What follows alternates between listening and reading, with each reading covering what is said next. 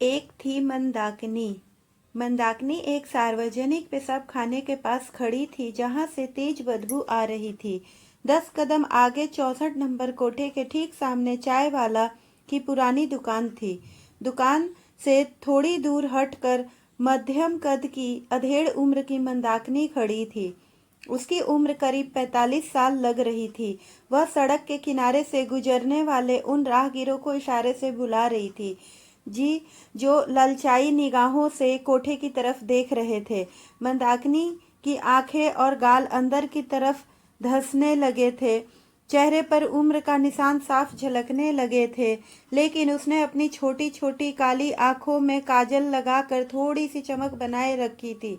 गर्मी से पसीना से भीगी उसका देह लाल साड़ी में ढकी हुई थी। हाथों में रंग बिरंगी चूड़ियां थी और कानों में से सोने की बालियां लटक रही थी, जो किसी तरह ग्राहकों का ध्यान खींचने की कोशिश कर रही थी।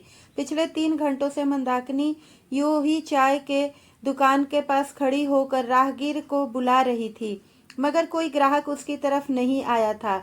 आज से 10 साल पहले तक मंदाकिनी को ग्राहकों को फंसाने के लिए इतनी मेहनत नहीं करनी पड़ती थी। कभी उसने सोचा भी नहीं था कि उसे यह दिन देखना पड़ेगा।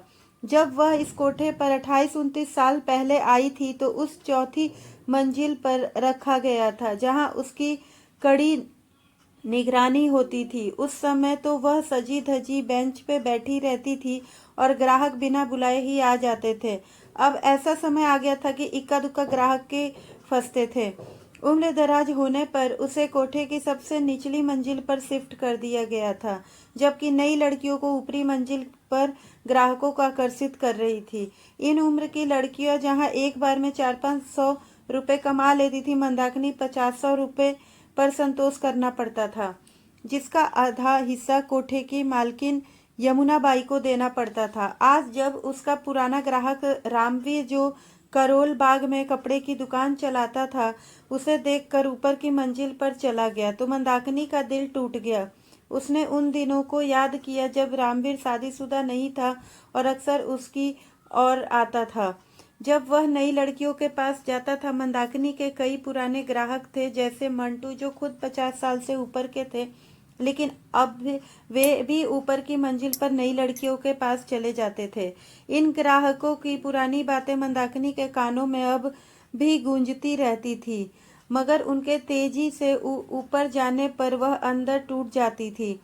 मंदाकिनी नेपाल के एक सुंदर पहाड़ी गांव से यहाँ आई थी।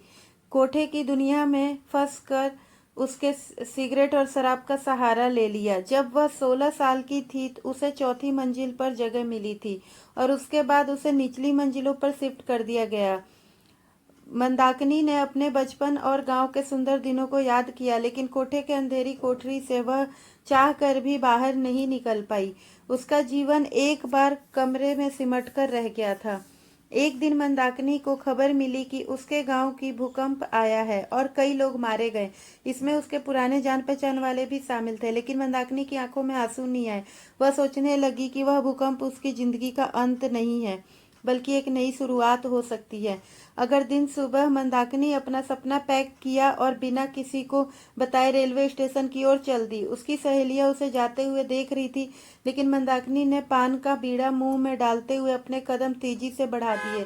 कुछ ही पलों में वह इन सब की नजरों से ओझल हो गई, शायद हमेशा के लिए। तो दोस्तों, हमारी कहानी कैसी लगी कमेंट करके ज़रूर बताएं। कहानी अच्छी लगी हो तो प्लीज़ वीडियो को लाइक और शेयर करें, और अगर हमारे चैनल पर नए हैं तो प्लीज़ चैनल को सब्सक्राइब करें। तो मिलते हैं एक नई कहानी के साथ। धन्यवाद।